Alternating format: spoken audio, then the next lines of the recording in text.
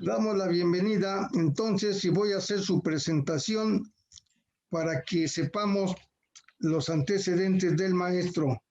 Él realizó estudios en física y matemáticas en la Escuela Superior de Física y Matemáticas del Instituto Politécnico Nacional y además también hizo estudios de maestría en educativas en el Centro de Investigación y Estudios Avanzados. Por otra parte, estudió también estudios sobre maestría en desarrollo económico de la Escuela Superior de Economía de nuestro Instituto Politécnico Nacional. En cuanto a sus actividades académicas, evidentemente que se ha dedicado muchos años a dar las clases en diferentes centros educativos, predominando el CECIT número 10 del Instituto Politécnico Nacional. Su otra faceta del compañero profesor es la siguiente: tiene mucha experiencia legislativa. Actualmente es diputado local con licencia en el primer Congreso de la Ciudad de México. Fue también diputado federal propietario en las 51, son 61 legislaturas por parte del PRD. También fue diputado local propietario por PRD en la cuarta legislatura local, diputado federal suplente del PRD en la 56 legislatura, ese fue federal, y también diputación federal suplente por parte del Partido Popular Socialista en la 52 legislatura, asambleísta propietario por parte del Partido Popular Socialista en la segunda legislatura local y en ese caso como representante ante la Asamblea del Distrito Federal. Esta es entonces una experiencia bastante amplia que ha tenido nuestro invitado y no solo eso, sino que también ha tenido una trayectoria en la administración pública de la Ciudad de México. Ha sido subdelegado territorial por parte del gobierno del Distrito Federal, gobierno en la delegación Gustavo A. Madero. Ha sido director territorial en la zona número 3 de la delegación Gustavo A. Madero, también en la zona 8, que ya mencioné hace un momento. Ha sido director general, actualmente es el director general de la red de transporte de pasajeros de la Ciudad de México, la muy famosa RTP. Él es el director general actualmente. En la iniciativa privada también estuvo algún tiempo en el Departamento de Informática del Banco de México. Vamos a la trayectoria política. Actualmente es consejero nacional de Morena, presidente del Comité Ejecutivo Delegacional de Morena en la alcaldía Gustavo A. Madero, presidente del Comité Ejecutivo Delegacional en la Gustavo A. Madero cuando era el PRD, consejero nacional del PRD también, miembro del Comité Ejecutivo Estatal del PRD y miembro del Comité Central del Partido Popular Socialista. Las actividades sindicales también están dentro de su activismo y ha sido integrante de la Comisión de Reubicación del Instituto Politécnico Nacional por parte de la sección 10 del Sindicato Nacional de Trabajadores de la Educación. Ha sido secretario de Trabajo y Conflictos del Comité Delegacional D2IPN-16. Ha sido también secretario general del Comité Delegacional de esa misma delegación D2IPN y también secretario de Trabajo y Conflictos del Comité Delegacional D2IPN-16. Así las cosas, la trayectoria del maestro Ramón Jiménez se ha distribuido entre las dos grandes facetas, el aspecto de la docencia y el aspecto de la política y la movilización social. De ahí que vamos a dar la bienvenida al compañero Ramón Jiménez López, quien nos va a hacer la presentación de una conferencia el día de hoy titulada La revolución de las conciencias. Vamos a escuchar con atención los planteamientos que haga el maestro y desde luego que tendremos una sesión de preguntas y respuestas. Una vez que él haya concluido su presentación, iniciaremos la sesión de preguntas y respuestas. ¿Algún comentario, maestro Ramón Jiménez López, antes de empezar? O de lo contrario, la tribuna es de usted, maestro Ramón Jiménez. Muchas gracias, buenas tardes a todos. Disculpen la tardanza en conectarme. Agradezco mucho la invitación que me hace el maestro Walfred Vargas, también destacado politécnico, me da muchísimo gusto, y también a la revista México Educativo, muy amables, muchas gracias. Entrando al tema de la revolución de las conciencias, quisiera yo comentar que uno de los textos del presidente de la República, donde viene desde mi punto de vista concentrado y sintetizado su pensamiento filosófico político, es el texto que escribió en el año 2012 después del fraude electoral, que se llama No decir adiós a la esperanza. En el último capítulo de este libro, él habla de 3 conceptos que son fundamentales y que están en proceso de desarrollo en esta cuarta gran transformación. Este libro él lo dio a conocer en octubre del 2012, después, repito, del fraude electoral.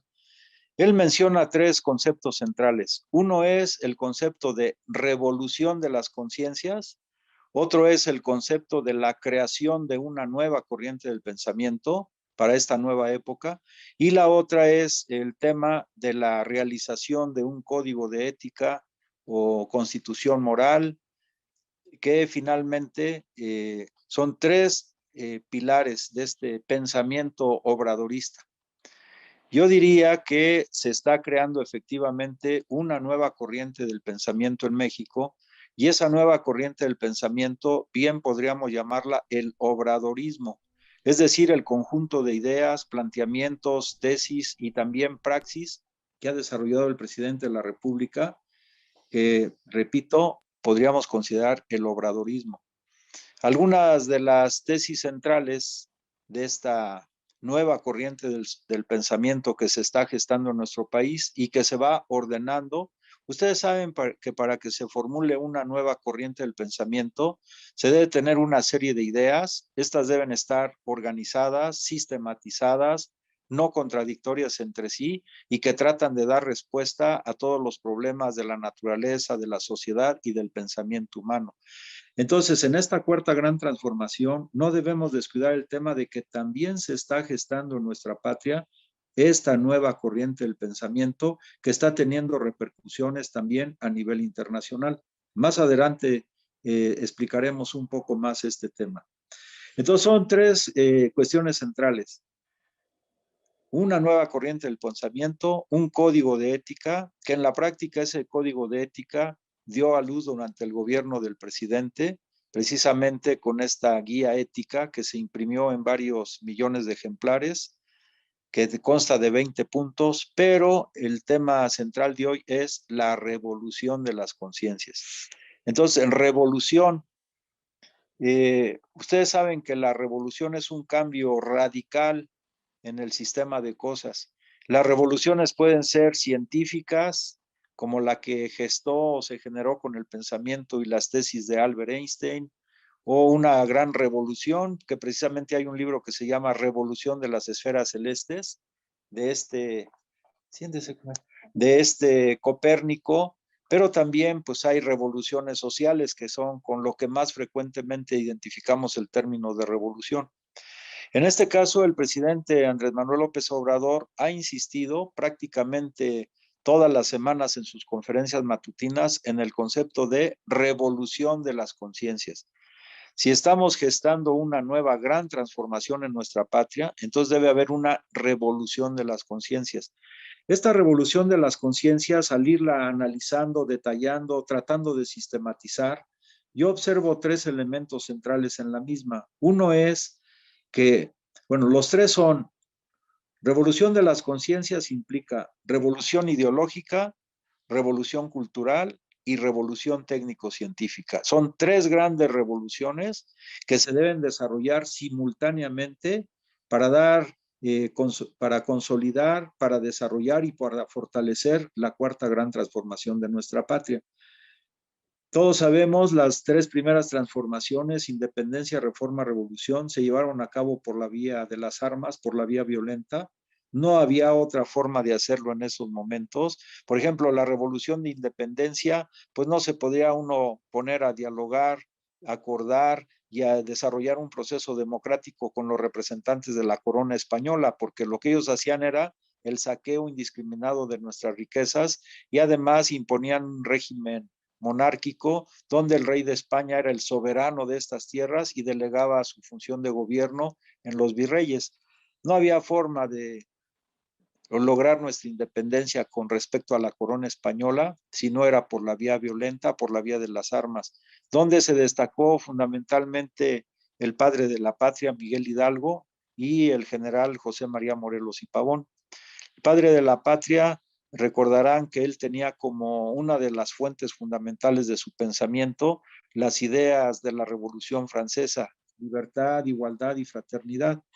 También en el periodo de la eh, revolución de reforma, de las leyes de reforma, que además se tuvo que enfrentar también con la invasión francesa, pues también fue un cambio radical, muy profundo. Cuando llega el ejército francés, Maximiliano de Habsburgo, traído aquí a México por los traidores conservadores, pues no se podía dialogar con las bayonetas y con la intención de gestar en México un nuevo imperio, pues fue el imperio de Maximiliano de Habsburgo, tenía que ser por la vía armada. Y en el periodo de la Revolución de 1910 al 17, pues era lo mismo. Esta fue una revolución que tuvo tres características centrales.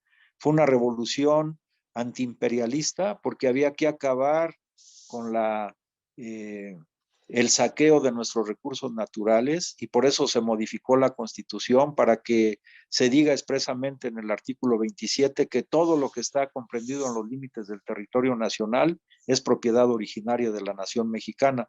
Fue una revolución antifeudal, pero también fue una revolución antiimperialista y una revolución democrática, cuya máxima expresión en este terreno democrático se encontró en la lucha de Francisco y Madero.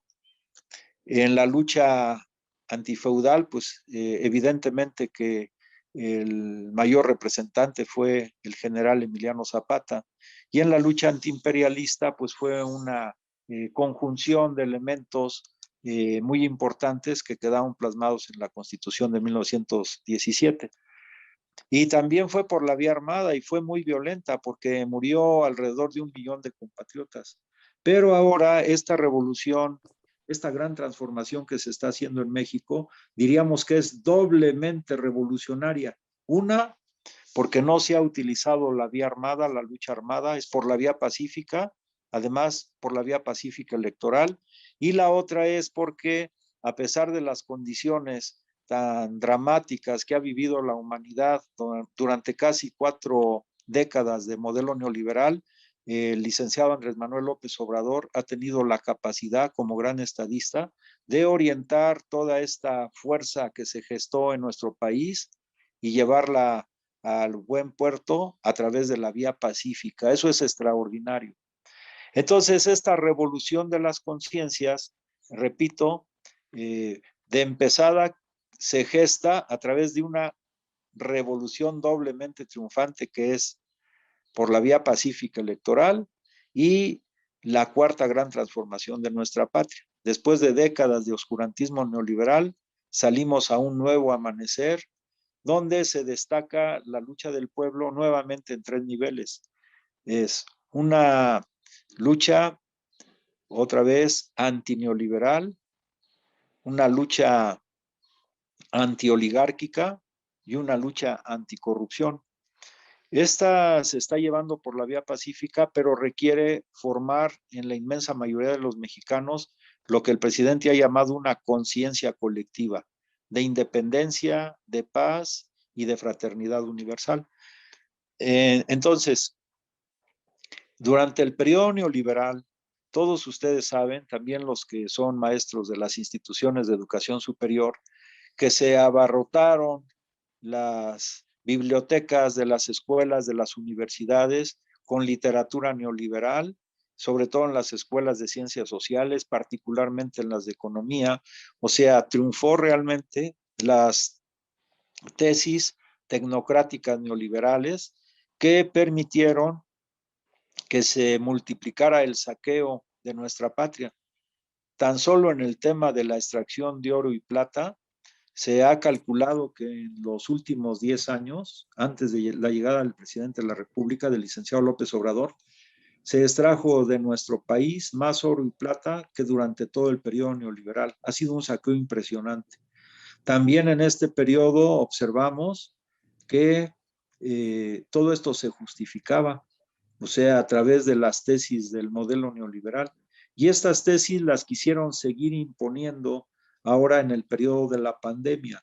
¿Cuáles eran? Ya era un cartabón, era un dogma neoliberal. Primero, para salir de una crisis, endeudamiento con el Fondo Monetario Internacional. Segundo, pues firmar las cartas de intención. Tercero, reducir el gasto público, sobre todo en salud, en educación, en vivienda. Cuarto, someterse en general a los lineamientos de los organismos financieros internacionales. El licenciado López Obrador aplicó creativamente una política diferente, que también esto está en este concepto de revolución de las conciencias, que fue, digamos, incomprendida y todavía sigue siendo incomprendida por muchos economistas, doctores en economía, porque rompe los cartabones neoliberales. Esta política económica se puede sintetizar en un pequeño libro que hizo el licenciado López Obrador, que se llama Economía Moral. Entonces, parte de esta gran revolución de las conciencias es que ha revolucionado el pensamiento económico en el sentido de que los grandes doctores en economía, los grandes especialistas en economía, en finanzas, pues no atinaron a dar una receta para la salida, en este caso de México y de otros países del mundo, de la crisis generada por el coronavirus, pero que en general era una crisis que ya se venía arrastrando a lo largo de varias décadas, generada por el proyecto neoliberal. Estas tesis que él plantea en este texto de Economía Moral y que además él reafirma prácticamente cada semana es, primero, no nos vamos a endeudar. Esa es una cuestión central. No hubo deuda, no incrementó la deuda pública de nuestro país, no se pidieron nuevos créditos para salir de esta situación de crisis económica incrementada por la pandemia. Número dos, se debe de apoyar fundamentalmente por el bien de todos, primero los pobres. Es decir, una gran cantidad de programas orientados a elevar el nivel de consumo, el poder de consumo de los sectores, sobre todo más desprotegidos de la población. Cambia radicalmente la idea que generó en el periodo neoliberal de que si llueve arriba, gotea abajo. Es una tesis totalmente opuesta a los lineamientos de política económica del presidente de la República. Aquí más bien para los que son químicos es como al revés. En lugar de este fenómeno de filtración, es un fenómeno de sublimación. Es decir, si hay recursos económicos abajo, estos se subliman hacia arriba y también beneficia a los de arriba. Es romper un paradigma neoliberal, es apoyar a los de abajo y si apoyamos a los de abajo nos va bien a todos. Y prueba de ello, por ejemplo, es que en plena pandemia, apoyando con programas sociales a varios millones de mexicanos, por ejemplo, las ganancias de Walmart de 2019 a 2020 en el periodo de la pandemia se multiplicaron en más del 8%. Es decir, subieron. ¿Por qué? Porque hubo posibilidad en los sectores más desprotegidos de tener recursos a través de los programas del gobierno que les ayudaron a paliar la crisis de manera más favorable que si no hubieran existido estos programas, pero también benefició a los grandes centros comerciales, entre ellos, por ejemplo, Walmart, que es paradigmático a nivel internacional.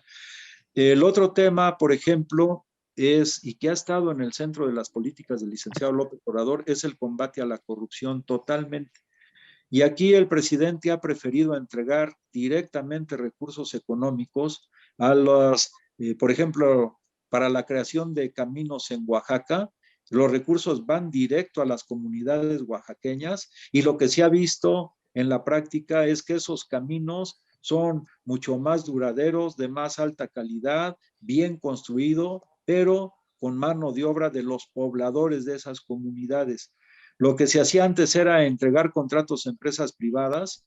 Estas empresas privadas, buena parte de la mano de obra la traían de otros lugares. Las ganancias que obtenían, varias de ellas basadas también en el proceso de corrupción, ya sea que las sacaban del país o por lo menos las sacaban de la región donde se le dieron los contratos y no estimulaban el mercado interno.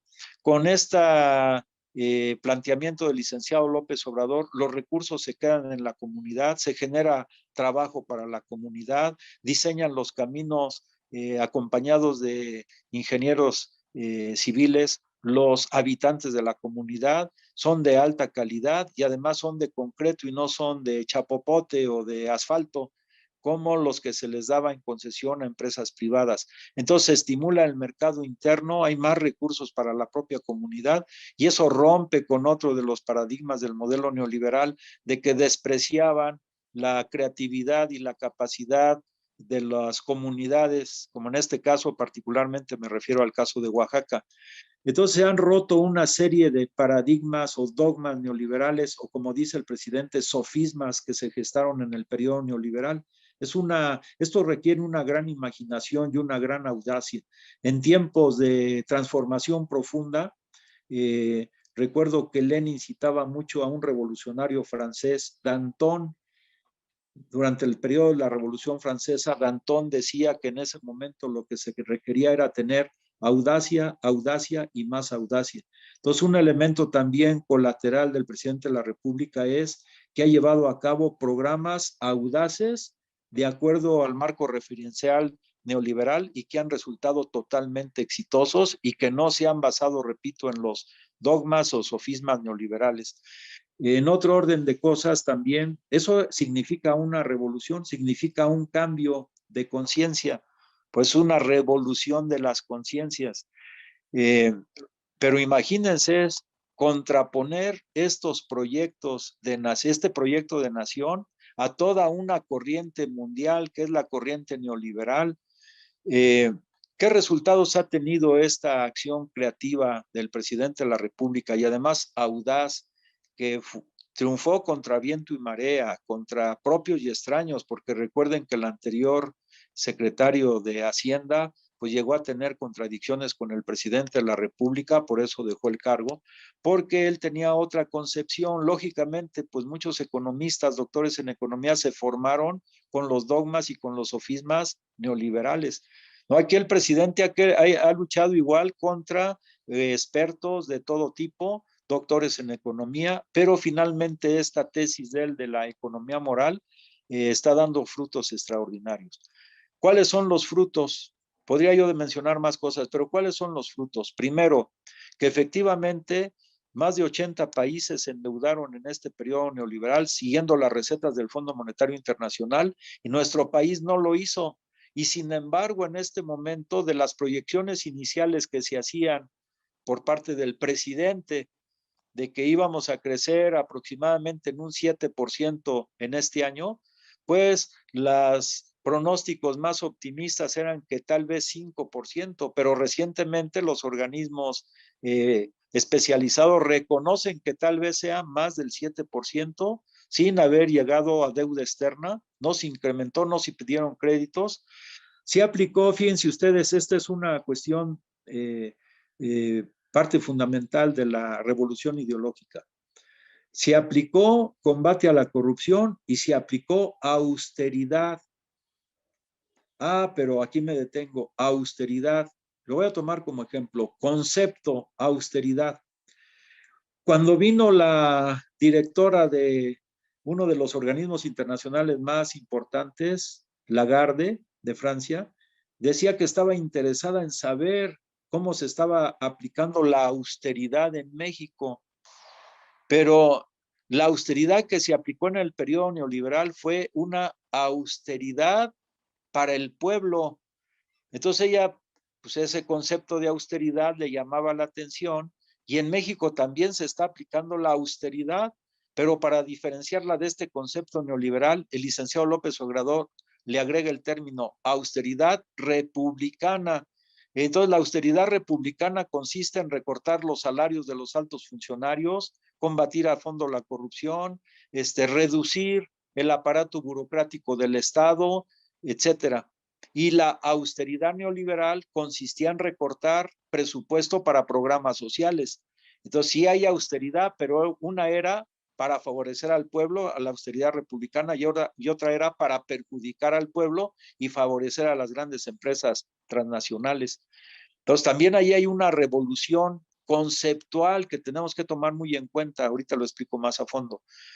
Todos los conceptos que se generaron en el periodo neoliberal ayudaron a crear y a fortalecer la ideología neoliberal basada en el egoísmo, el individualismo, el clasismo, el racismo, el quítate tú para ponerme yo, y eso generó, no se podría esperar otra cosa, un elevado nivel de corrupción.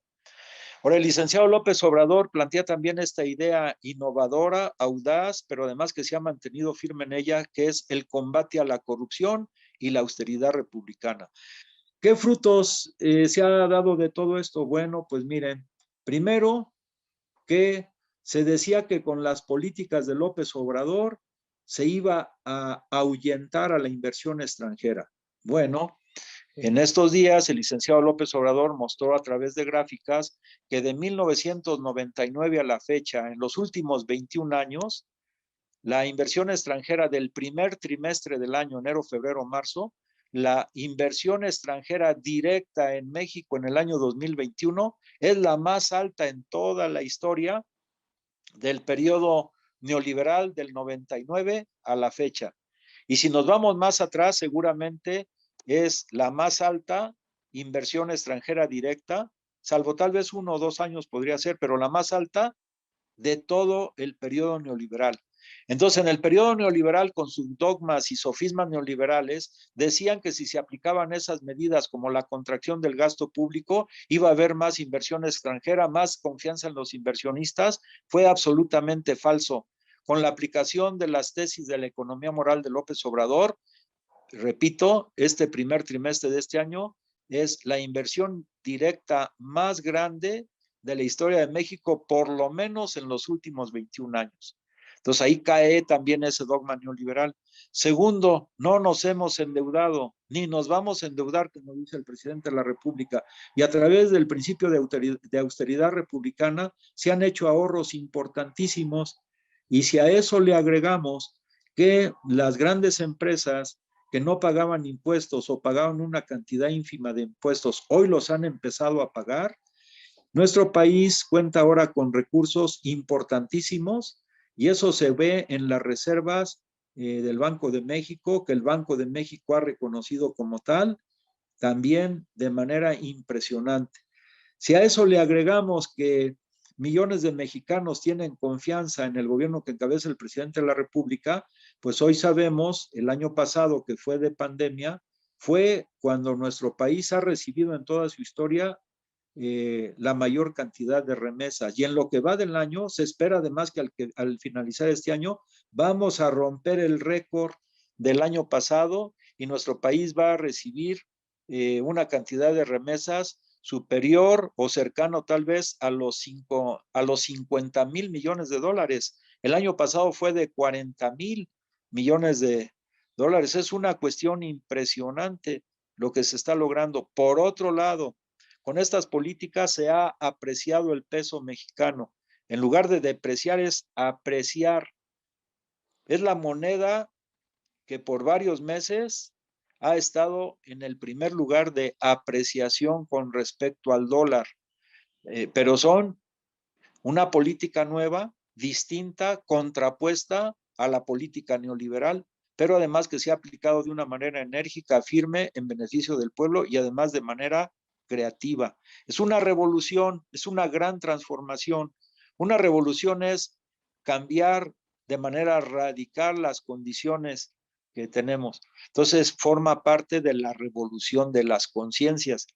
Pero yo decía, el tema central para mi punto de vista es, esta revolución de las conciencias, su primer eje y eje fundamental es la revolución ideológica.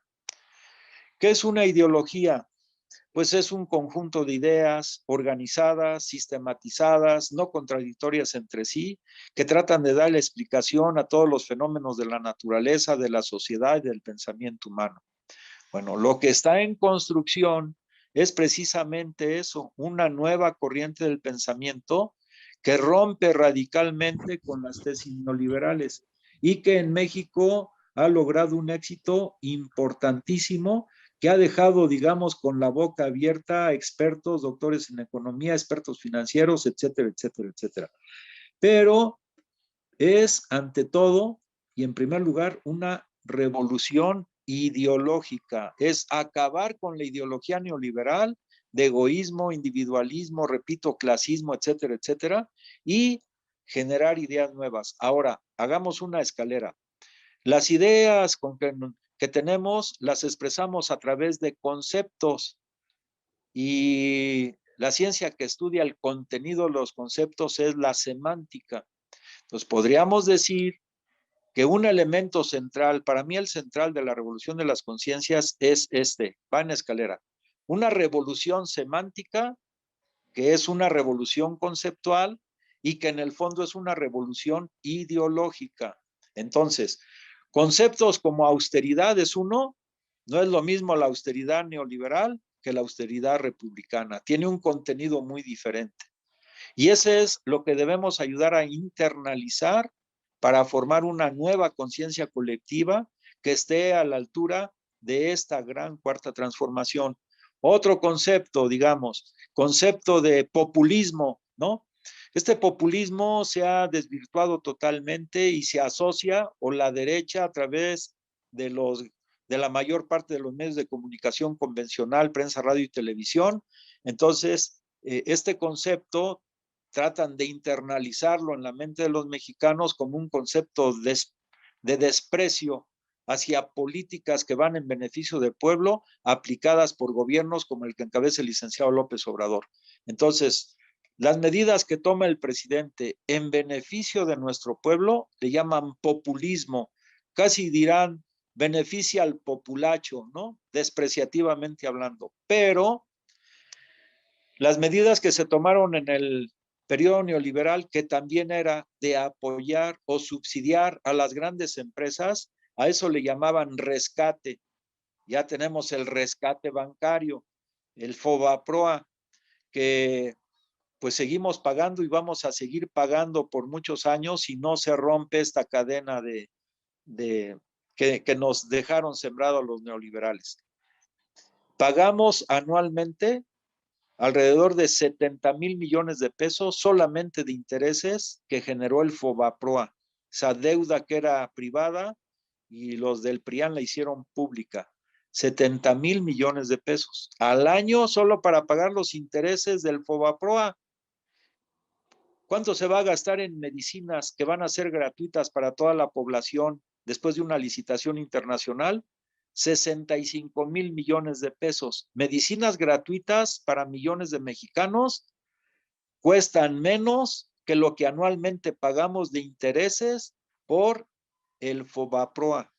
70,000 millones de pesos. Si nos vamos ahora a la colosal deuda externa que tenemos, que ya la dejaron en casi 10 billones de pesos, los intereses anuales son 700,000 millones de pesos. Es decir, con esos 700,000 millones de pesos que estamos pagando de deuda externa, tendríamos garantizada medicina gratuita para todo nuestro pueblo durante alrededor de 10 años. Ese saqueo que se dio en todos lados fue impresionante. Bueno, con medidas audaces, pero sobre todo firmes y pensando en el beneficio del pueblo, el licenciado López Obrador ha roto ese esquema neoliberal y se está gestando pues una nueva era, una nueva época en nuestro país, pero eso requiere que internalicemos estos conceptos, estas ideas. Por eso, si no triunfa esta gran revolución ideológica y nosotros o sectores importantes de la población siguen haciendo suyos estos conceptos gestados, desarrollados y multiplicados a través de los medios de comunicación convencional del periodo neoliberal y que hoy esta derecha conservadora sigue, pues la lucha ideológica, si se pierde todo. Un pensador mexicano muy importante, Vicente Lombardo Toledano, decía, quien gana la batalla de las ideas, gana todo. Entonces, para mí, la médula de la revolución de las conciencias está en la revolución ideológica. Entonces, ¿qué tenemos que hacer?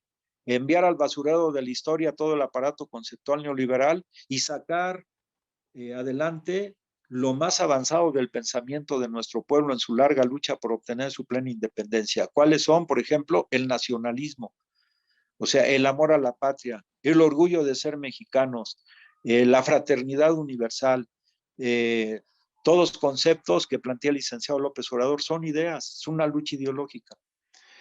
Se ha dicho ahora que con estas políticas López Obrador nos lleva al comunismo.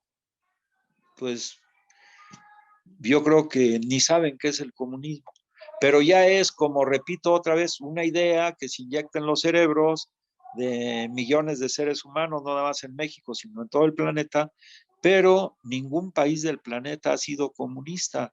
O sea, en el comunismo, a reserva de hablar de esto en otro tema, pues lo que se tiene previsto es que la jornada laboral sea de 8 horas, perdón, de 4 horas.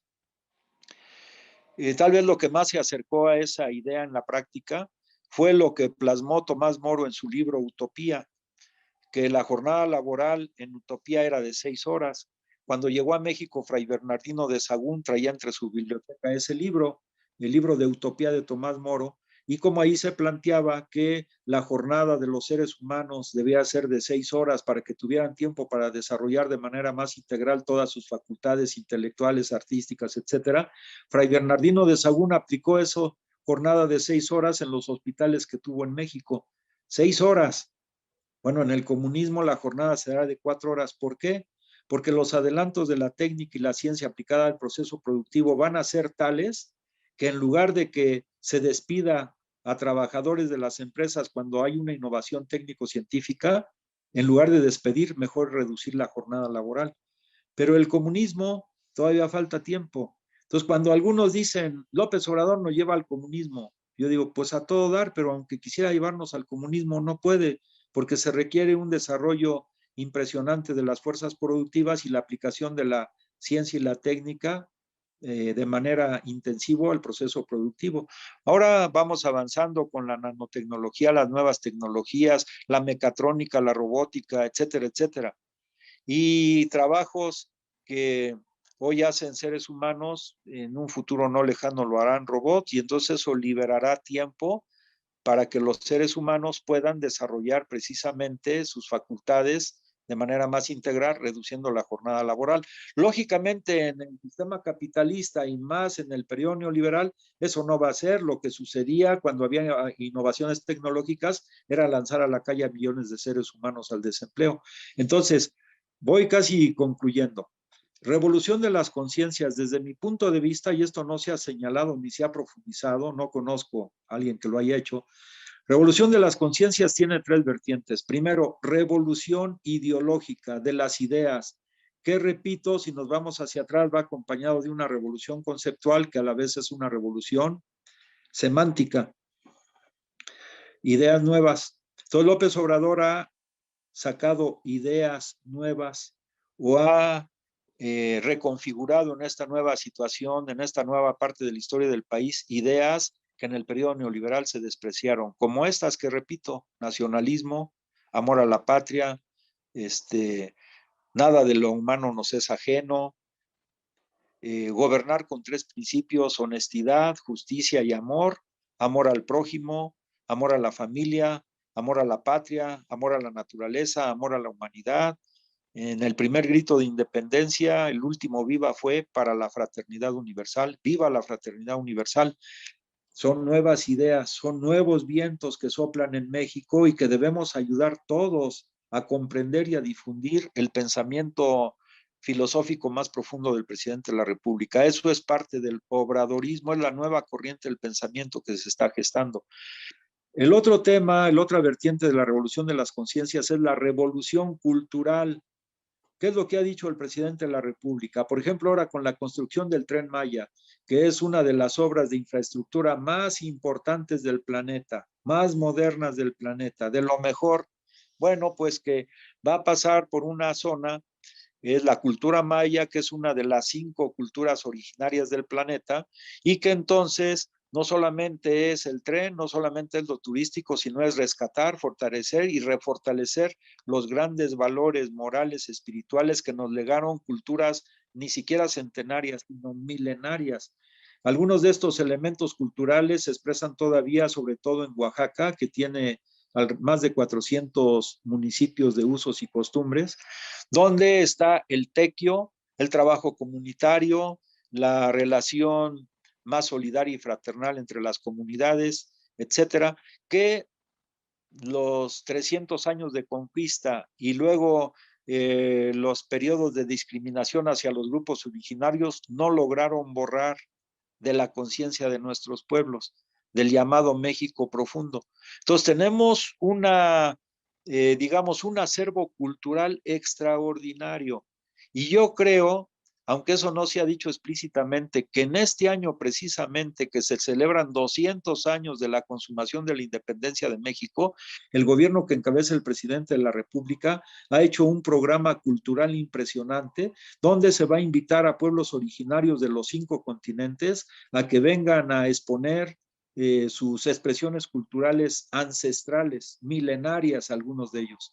Y entonces es momento propicio para nuevamente recuperar el orgullo nacional de que somos descendientes de grandes culturas con valores éticos, morales, espirituales extraordinarios. Es un cambio, pero fíjense, este cambio de la 4T va también a esto que es muy profundo, una gran revolución cultural, rescatar lo mejor de nuestra historia, que somos herederos de esas grandes culturas, ponerlo en el nuevo contexto y sobre esa base multiplicar el orgullo nacional.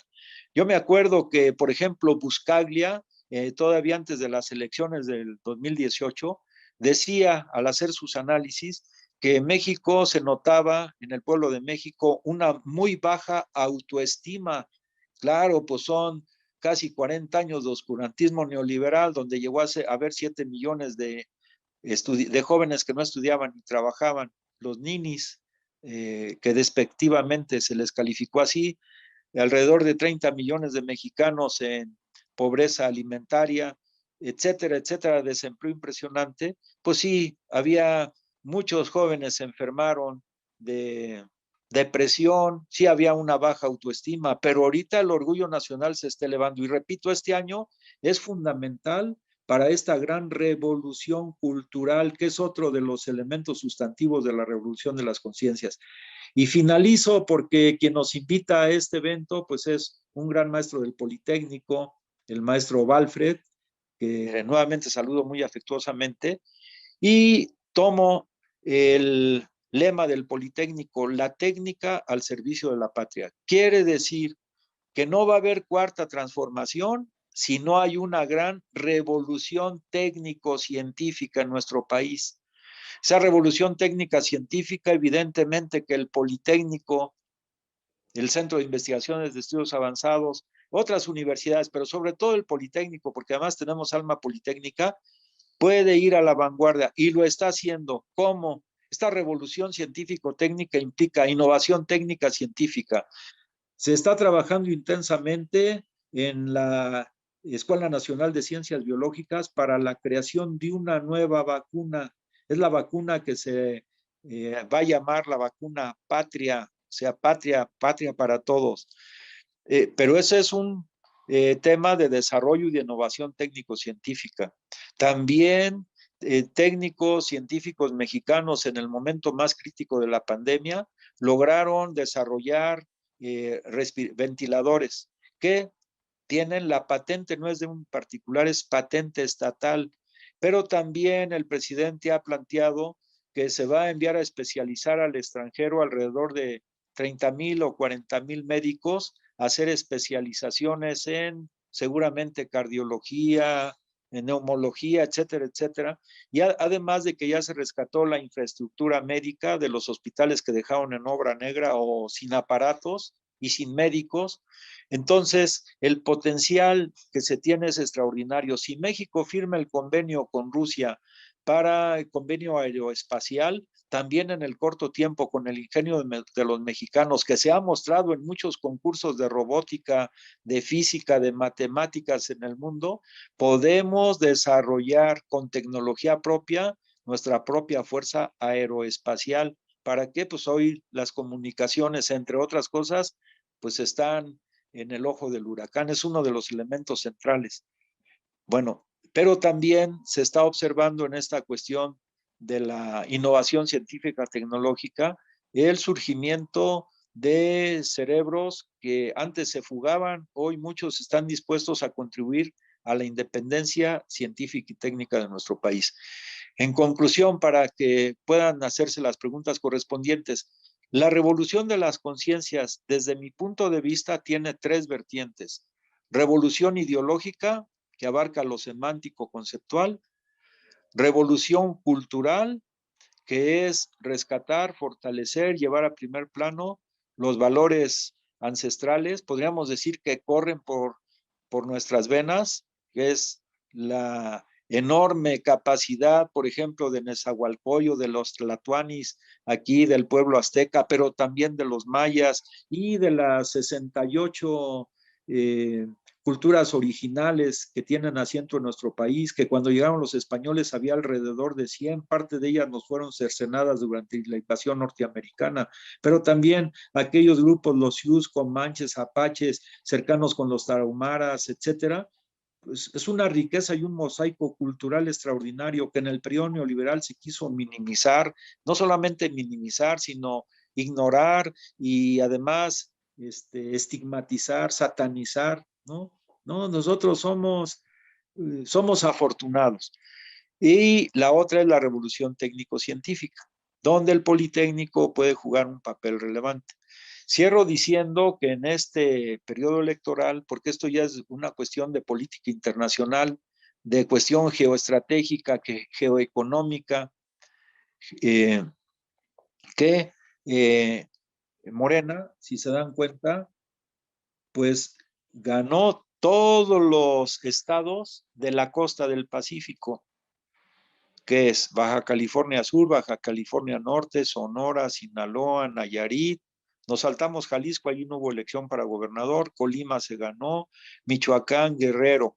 Y si a eso agregamos que Oaxaca se ganó prácticamente todas las diputaciones de mayoría, y luego Chiapas, que gobierna un partido aliado con Morena, toda la costa del Pacífico, a excepción en este momento de Jalisco, es una región geoestratégica y geoeconómica a nivel, no de América Latina, a nivel internacional, porque eso nos permite conectar la costa oeste, toda la costa oeste, por ejemplo, el comercio, sobre todo también con la costa oeste norteamericana, particularmente con California, pero también con todo Asia. O sea, las economías fuertes que están ahorita emergiendo, que son Rusia, China, Corea, Corea del Norte, Corea del Sur, el mismo Japón, la parte de Vietnam y los que están más abajo, más hacia el sur, que también son Tailandia, Indonesia, y eso le agregamos a Australia. O sea, es una cuestión impresionante. Cierro diciendo que se está construyendo el ferrocarril transoceánico, o sea que todo el istmo de Tehuantepec, pero a diferencia del periodo neoliberal, se está construyendo sobre la base de beneficios para las comunidades, participación de las comunidades, no lo que se dio en el periodo neoliberal, que fue exclusión de las comunidades. Y en política internacional, las relaciones que ha establecido el presidente de la República, sobre todo con el gobierno de Estados Unidos, son altamente creativas, audaces, basadas en los principios que establece el artículo 89 de la Constitución, que es la no injerencia en los asuntos internos, la resolución de los conflictos por la vía de la negociación política y la paz, no por la guerra, el respeto irrestricto a la soberanía nacional y un tema, compañeros, que también es innovador para todo el planeta, que generó el licenciado López Obrador, el tema de la cooperación para el desarrollo, que se está aplicando ahorita primordialmente en el tema de la migración. Es una solución innovadora, nada de muros, nada de represión. Ahora que se reunió el presidente con Kamala Harris, no es para recibir indicaciones, instrucciones como lo hacían los presidentes traidores a la patria del periodo neoliberal, sino fue en una reunión de respeto mutuo y donde un proyecto que surgió en México se está extendiendo a nivel centroamericano y luego puede ser a nivel latinoamericano y luego puede ayudar para resolver el problema de la migración en Europa. El programa Sembrando Vida, pero basado en el principio de cooperación para el desarrollo, es invertir en los países que son fuentes de migración para que las personas tengan oportunidad en su propia patria de tener un trabajo más o menos remunerado que les permita sentar una base para su desarrollo personal, su desarrollo familiar, y que si van a migrar a otro lado sea más bien por gusto y no por una necesidad esencialmente de orden económico.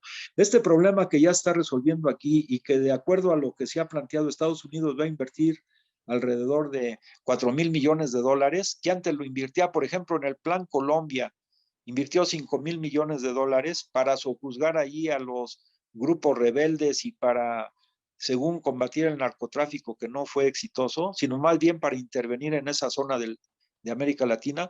Hoy, si se invierte para el programa Sembrando Vida, para dar empleo, con esos 4,000 millones de dólares se puede dar empleo a alrededor de 1,600,000 personas, con salarios más o menos buenos en base a las condiciones en que hoy viven estas personas.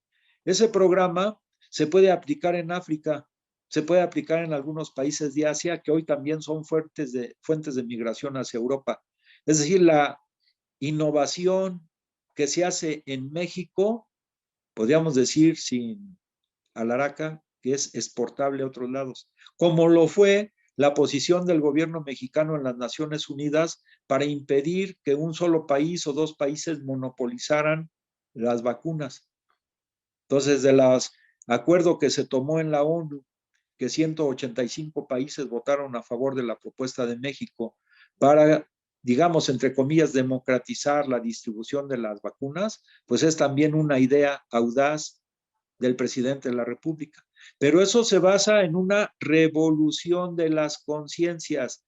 Y esa revolución de las conciencias no solamente aplica en México, sino que en la relación internacional con otros países también está abriendo una nueva forma de relacionar.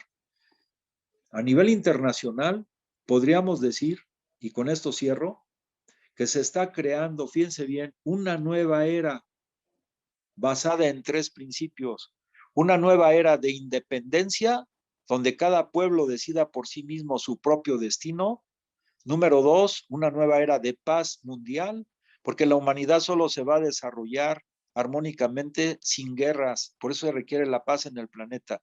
Y un tercer elemento que aporta el licenciado López Obrador, que siempre insiste en él, es fraternidad universal. Entonces estamos a las puertas de la creación de una nueva era de independencia, paz mundial y fraternidad universal, en la que el presidente, su pensamiento, su acción, tiene un aporte fundamental a nivel internacional. Pues les agradezco su paciencia. Maestro Walfred, muchas gracias por invitarnos y estamos a disposición de las preguntas que usted considere. Muy bien, maestro Ramón Jiménez López. Una muy amplia panorámica de lo que está haciendo el señor presidente en favor de nuestro país. Es muy importante lo que dijiste y sobre todo los 3 aspectos de la revolución de las conciencias, que fueron la revolución ideológica, la revolución cultural y la revolución de la innovación técnico-científica.